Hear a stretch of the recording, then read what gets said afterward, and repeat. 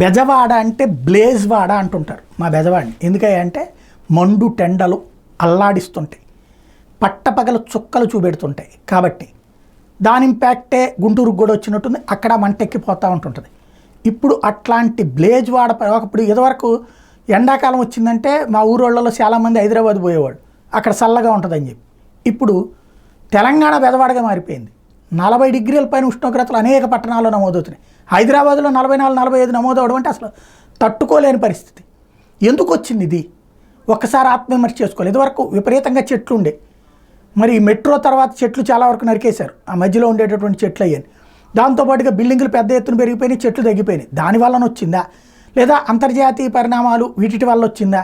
ముందు cross check చేసుకోకపోతే అసలు వచ్చిందే చాలామంది జనం హైదరాబాద్కి ఎందుకు సాఫ్ట్వేర్ కంపెనీలు వచ్చినాయి, కార్పొరేట్ కంపెనీలు వచ్చాయంటే బెంగళూరు, హైదరాబాద్, చెన్నై చల్లగా ఉంటాయని వచ్చినాయి. చల్లగా ఉండదు అనుకుంటే అక్కడ వాళ్ళు రేపు పొద్దున ఆంధ్రాకైనా వచ్చేయచ్చు. అట్లాగే మీకు అక్కడ ఎండలు పండినాయి అంటే కనుక మాకు ఇక్కడికి జనాలు పెరిగిపోతారు, మాకు ఇక్కడ దాంతో పోల్చుకుంటే కొంచెం బెటర్గానే ఉంది, బెజవాడ తక్కువగానే ఉన్నట్టుంది. కాబట్టి అది విశాఖపట్నం అయితే ఇంకా హాయిగా ఉన్నట్టుంది. అప్పుడు ఇటుకు వచ్చేసేటటువంటి పరిస్థితి ఉంటుంది. ముందు అసలు ఎందుకు జరుగుతుందో క్రాస్ చెక్ చేసుకోండి.